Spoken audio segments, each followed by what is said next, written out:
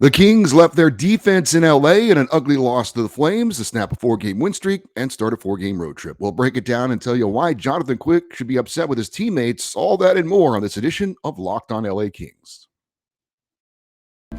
You are Locked On Kings, your daily podcast on the Los Angeles Kings, part of the Locked On Podcast Network, your team every day.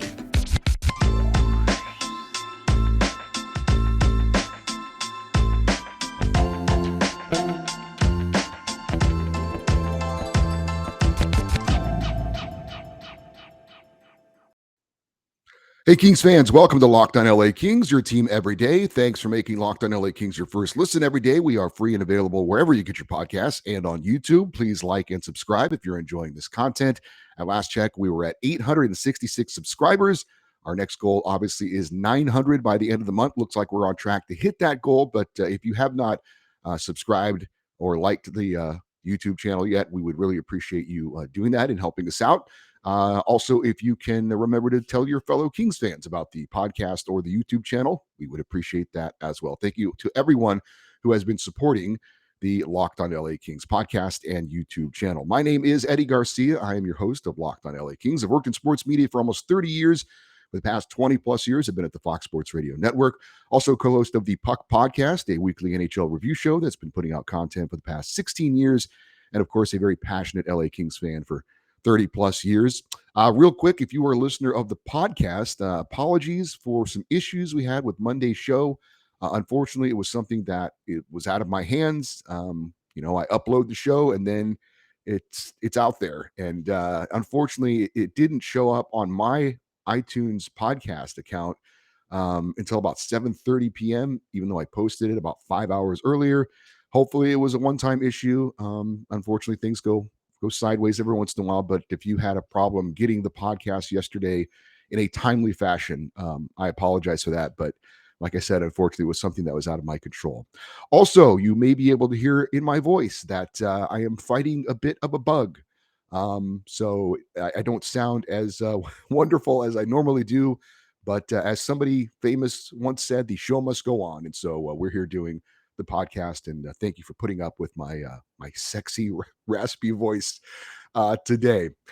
So we had a game last night in Calgary, and it was quite the eventful game as the Kings started a 4-game road trip. They had a 4-game winning streak going to their game against the Flames. As far as the lineup for that game against Calgary, it was the usual lineup except for one player. The top line, of course, Anze Kopitar with the at center, Adrian Kempe and Gabe Vilardi on the wings. Second line, Philip Deneau at center, Trevor Moore and Victor Arvidsson on his wings. The third line, Rasmus Kupari at center with Kevin Fiala and Carl Grunstrom on the wings. And the fourth line, Blake Lizotte center, Arthur Kaliev on one wing, and Jarrett Anderson-Dolan playing on the other wing, which was the one lineup change that has been different than the past lineups. As far as the defensive pairings, you had Drew Doughty and Mikey Anderson, Sean Dursey and Matt Roy, and Alex Edler and Sean Walker. And the goaltender was Jonathan Quick back in net. We mentioned Jarrett Anderson-Dolan, the only lineup change, of course, due to the injury to Brendan Lemieux. I had wondered aloud on Monday's show if having Lemieux out of the lineup might give other teams the idea they could kind of push the Kings around, knowing that they really didn't have anyone on the ice that was probably going to answer the bell if things got out of hand. Just something that I was keeping an eye on and will keep an eye on as we go along, because it looks like Brendan Lemieux is going to be out for a little while. All right, let's get to the recap of an eventful game and first period, especially for the Kings defensively. But Calgary would strike first, and unfortunately, it came from a player that has been slumping, but is a very, very talented player, and that would be Jonathan Huberdeau, the Flames' big offseason acquisition. He would score on a wrist shot in the high slot. He double clutched on the shot, and Jonathan Quick reacted to the first move, kind of went down, and then Huberdeau kind of scored easily on the follow-up. Not a good job by the Kings in coverage. They let Huberdeau come skate right down the middle of the ice and right into the high slot, a grade A scoring area that you can't let anyone get to without challenging them. And unfortunately, that was not the case, and a pretty easy goal for Calgary to get on the board. Now, the Kings did respond well, and good to see them get a power play goal. And this one was a legitimate power play goal. After a faceoff win in the Calgary zone, Victor Arvidsson made a nice pass from the corner behind the goal line to Arthur Kaliev, who was at the right wing. He scored on a one-timer to make it 1-1. And that, again, is we've seen Arthur Callia be very effective in that position around the right face-off dot. When he gets a one-timer, whether it's a slap shot or kind of more of a little bit of a wrist shot on this one, he's obviously got a great shot. So good to see the Kings respond and score 1-1. And as I said, as opposed to the 2 power play goals that they scored against Detroit on Saturday, where I thought they just happened to score goals while they were on the power play, I thought this was a legit power play goal. Good puck movement, using the extra man and getting the one-timer through a goaltender who was moving. That's a good power play goal, and that's a good sign. And that's more of what we need to see from the Kings when they have the man advantage. The Kings got some jump after getting that power play goal and seemed to get some momentum. But a Matt Roy shot on goal would be deflected on net by Blake Lizotte. The rebound went to the side of the net where Arthur Callia was there. He did kind of a spin around kind of from the goal line, a bad angle, but it gets through Jacob Markstrom, and I made it 2-1 Kings, and you thought, oh, maybe the Kings are getting a little bit of good luck in this one as well. Well, about 7 minutes into the game, the Kings had 2 goals, and we were kind of wondering if Arthur Callia might get the first hat trick of the season for the Kings because he had 2 goals so early in the game. Unfortunately, that would not happen. And unfortunately, things would turn at this point. The Flames responding and taking advantage of Kings' mistakes, which would be a theme in this game. First, Kevin Fiala whiffed on a loose puck in the high slot in the Kings zone. His teammates also started to leave the zone because they thought that he was going to easily grab the puck and head out for an attack. But unfortunately, he whiffed on it, like I said. The Flames were able to get the puck. They put a shot towards the net. It went off former King Milan Lucic and then over to Andrew Mangiapane. He was at the side of the net. He did a spin around move and scored to tie it up at 2-2. Fiala has to make sure he gets that puck, and his teammates have to make sure that he has the puck before they start to leave the zone. That did not happen on that play. And the Flames were not done. After an Alex Edler turnover in the Kings zone, compounded by the fact that he fell down afterwards, the Flames had a 2-on-1 and scored on a give and go to make it 3-2 Calgary. Later, Sean Durzi tried to pinch in and keep the puck into the Flame zone along the boards, but the puck would deflect into the center of the ice, lead to another 2-on-1. Former King Tyler Toffoli scoring on a one-timer past a sprawling Jonathan Quick. That made it 4-2. Matt Roy was the lone defender left back on defense, and he was put in a tough position. But in that situation on a 2-on-1, when you're the lone defender, you have to take away the pass. And if necessary, although it's not what you want to do, ideally, you have the man carrying the puck go one-on-one with Jonathan Quick. If that's the option that you have to make sure you stop that pass from going across, because if that pass connects and Quick is moving post to post, he's not going to make that save. If he's one-on-one with the shooter, there's a chance he knows the angle that he's on. He knows who's shooting the puck. He doesn't have to move. He can stand his ground. Now, it's still going to be a great scoring chance for the other team, but you cannot let that pass go through. Matt Roy did not play the defense he needed to do, even cheating over to the other player, to Tyler Toffoli, take him away. Wasn't able to do it. The pass gets through, and Toffoli scores to give the Flames a 4-2 lead. So that was the end of the first period, where the Kings had a 2-1 lead and then ended up being down 4-2, allowing 4 first period goals. Second period, Flames would score on the power play after a questionable goalie interference call against Victor Arvidsson.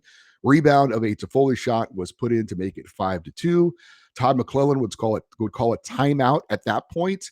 I thought maybe he should have called it earlier in the first period, but he decided to wait and save it in case he needed it for later. But at that point, he decided, I got to talk to my guys. I got to get us together. At this point, there's still enough hockey played that if we can turn it around somehow, we can make it a game. But he called the timeout at that point and had a pretty calm discussion with the Kings on the bench. He wasn't ranting and raving. He wasn't, making a big emotional show of things. He seemed calm. Talked to the guys. It seemed you couldn't hear him, obviously, but on the TV coverage, he was very calm and clear and pointed, and the Kings would go on from there. Kevin Fiala would cut into the lead, showing some really nice hands around the net. There was a shot towards the net. I got to believe it was wide on purpose. The ricochet off the boards came to the side of the net. Fiala, he quickly, using his quick wrists, just put it right into the top of the net for a pretty easy goal. And that made it 5-3 at that point. But the Flames would respond after Sean Durzi tried to clear the puck out of the Kings zone on a backhand around the boards. It hit the referee and was kept in the zone. Calgary takes advantage and scores to make it 6-3. So at that point, you're thinking it's going to take a minor miracle for the Kings to get back in this game or to potentially tie it. But in the third period, the Kings would show a little heart, show a little grit, and get back in the game. Anze Kopitar would score on a wrist shot from the top of the right face-off circle. It went off the post and in with about 11 minutes to play. That made it 6-4. The Kings had a glimmer of hope. And then late, the Kings would pull goaltender Jonathan Quick for the extra attacker. It was also at a point where both teams were called for minor penalties. I know that I saw the trip on the Flames. Honestly, I didn't see what the penalty was on Philip Deneau. But either way, the Kings would get a 5-on-4 power play because they pulled the goaltender. They were normally would skate 4-on-4 with the matching minors.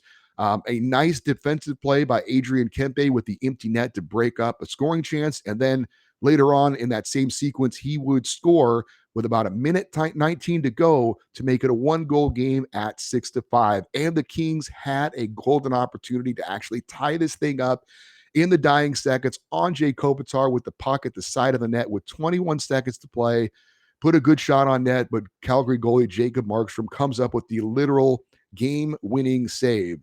And the Flames hold on for a 6-5 victory. We will break it all down a little bit more and give you our thoughts on that effort from the LA Kings, both positive and negative. But first, I need to tell you about BetOnline.net. Today's episode is brought to you by BetOnline.net. BetOnline.net is your number one source for sports betting information, stats, news, and analysis. Get the latest odds and trends for every professional and amateur league out there, from football to basketball to soccer. Got the World Cup coming up soon, even esports. They've got it all at BetOnline.net. And if you love sports podcasts, you can find those too at BetOnline as well. It's the fastest and easiest way to get your betting fix. Head to betonline.net today or use your mobile device to learn more. That is BetOnline, where the game starts.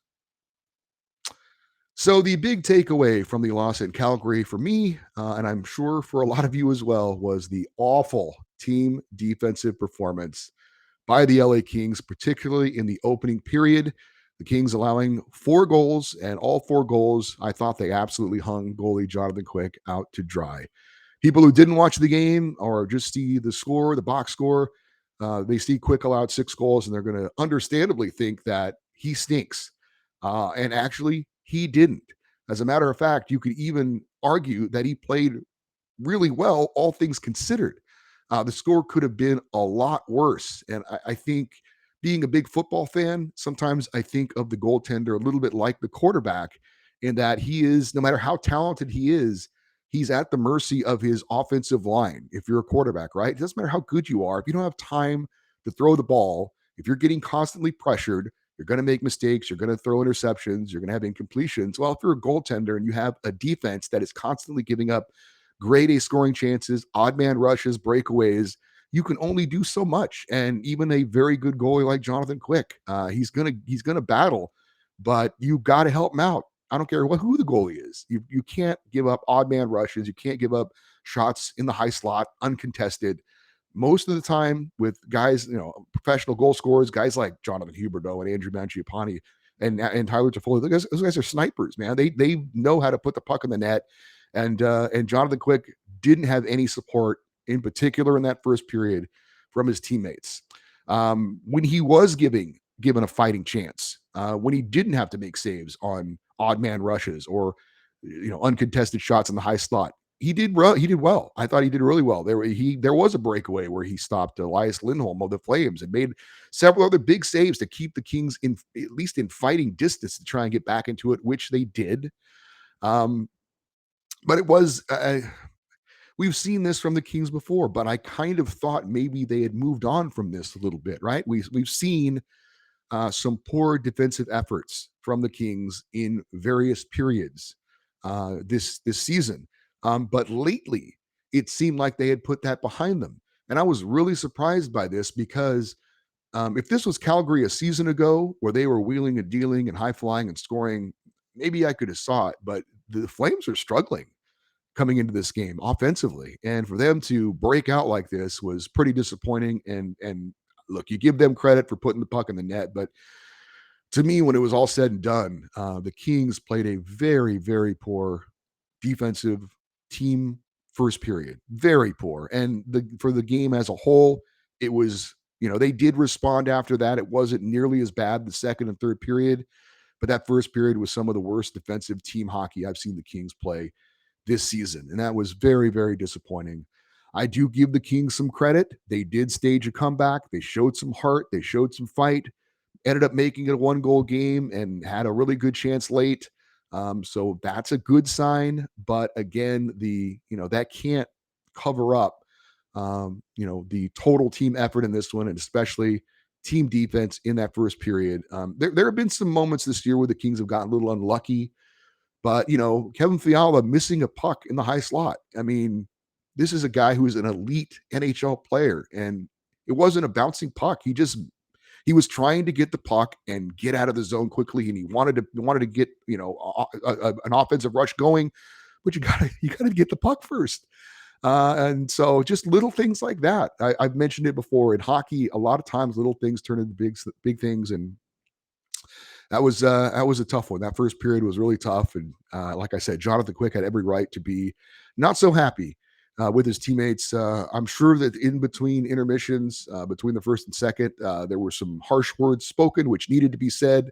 And I wouldn't be surprised if Jonathan Quick had some things to say as well. I've never played goalie.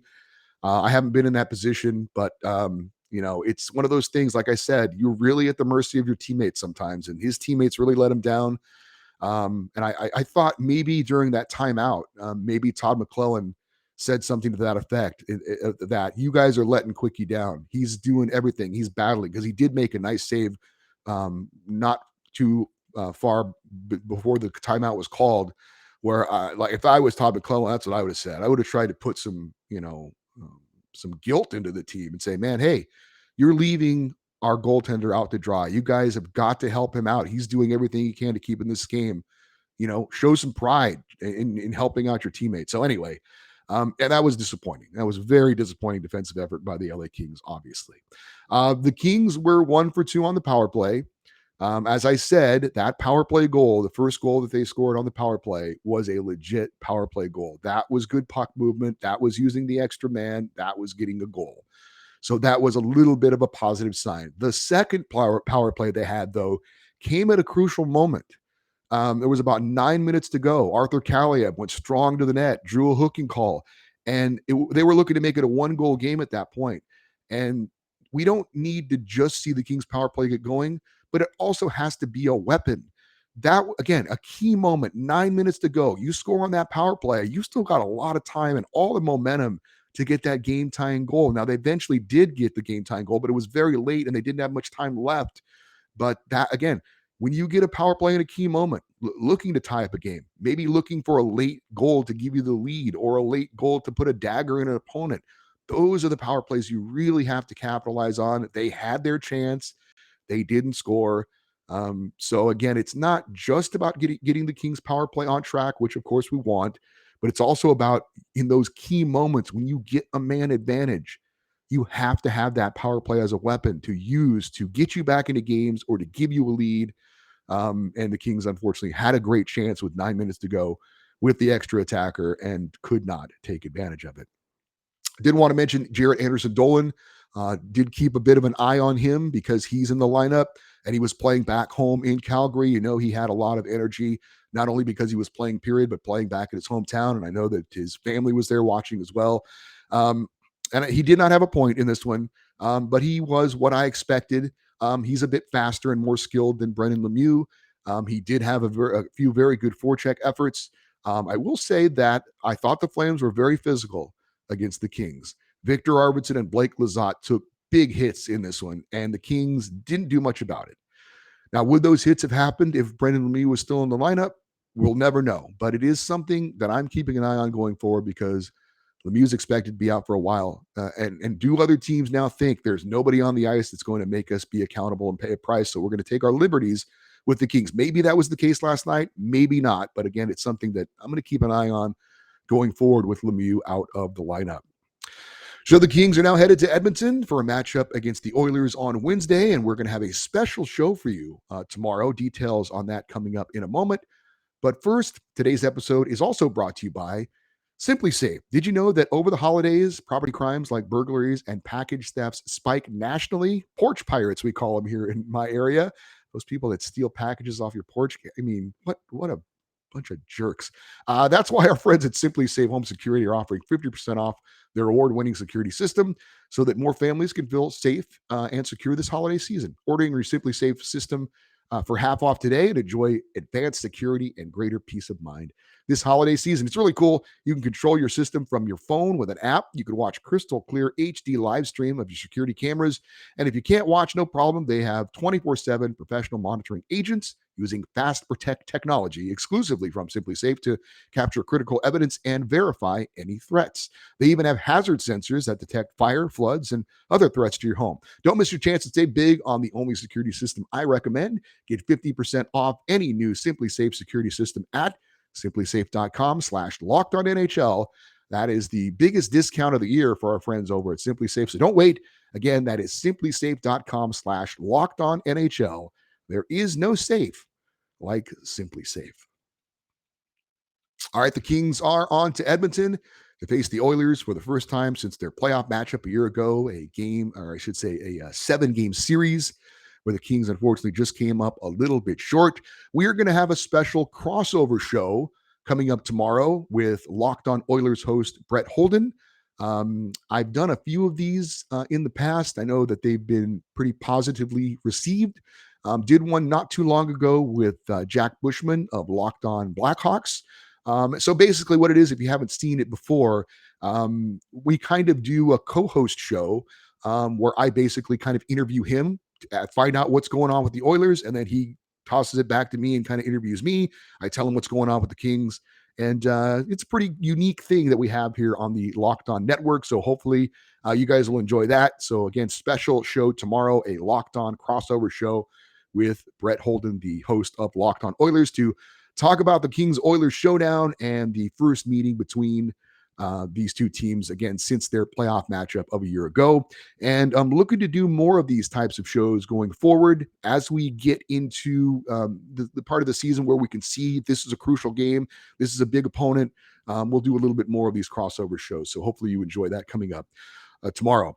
I didn't mention it on Monday, but I did want to give you guys an update on the latest with Brant Clark and Quinton Byfield. Both are in Ontario. Clark is officially on a conditioning assignment. Byfield unofficially on a conditioning assignment as he's coming back from an illness. They did play on Sunday, and the Reign lost to San Diego 4-1. Clark finished with no points. He was -1, had one shot on goal and a 2-minute penalty. Byfield also no points. He was a -2 with 3 shots on goal. Unfortunately, the AHL stats aren't detailed enough to let us know how many minutes they played in the game, but I would expect both of them played a lot of significant minutes in this one, as again, they're looking to get their conditioning back up, and also they're very talented players. Also wanted to mention that Martin Chromiak made his season debut and his AHL debut with the Ontario Reign. He's coming back from an appendectomy. He also had no points, 4 shots on goal in that loss to San Diego. So, we're going to keep track of what's going on in Ontario with the Reign all season long, but certainly in particular when guys like Quinton Byfield and Brant Clark are playing for the Reign, going to keep an eye on those two guys to see how they are going to fare and how that's going to affect them as far as them being back on the Kings roster or however that goes. And we are going to get an interview here, hopefully next week, to get an update on the Ontario Reign as well. That is going to do it for tonight's show. We will have, again, the crossover show with the Edmonton Oilers host coming up tomorrow. If you want to send an email on anything going on with this show, the Kings, or anything else, the email address is lockedoneddie@gmail.com, EDDIE, lockedoneddie@gmail.com. On Twitter, we are at LockedOnLAKings, and we have an Instagram page, which is at Locked On LA Kings as well. Thank you for making Locked On LA Kings your first listen. Now make your next listen Locked On Sports Today. The biggest stories of the day, plus instant reactions and game recaps, and the take of the day, available on Audacity, YouTube, and wherever you get your podcasts. Again, that is Locked On Sports Today. Thank you again for making Locked On LA Kings your first listen of the day. Thank you for supporting the show. Appreciate it. Looking forward to the crossover show tomorrow. And as always, we close out by saying, Go Kings, go.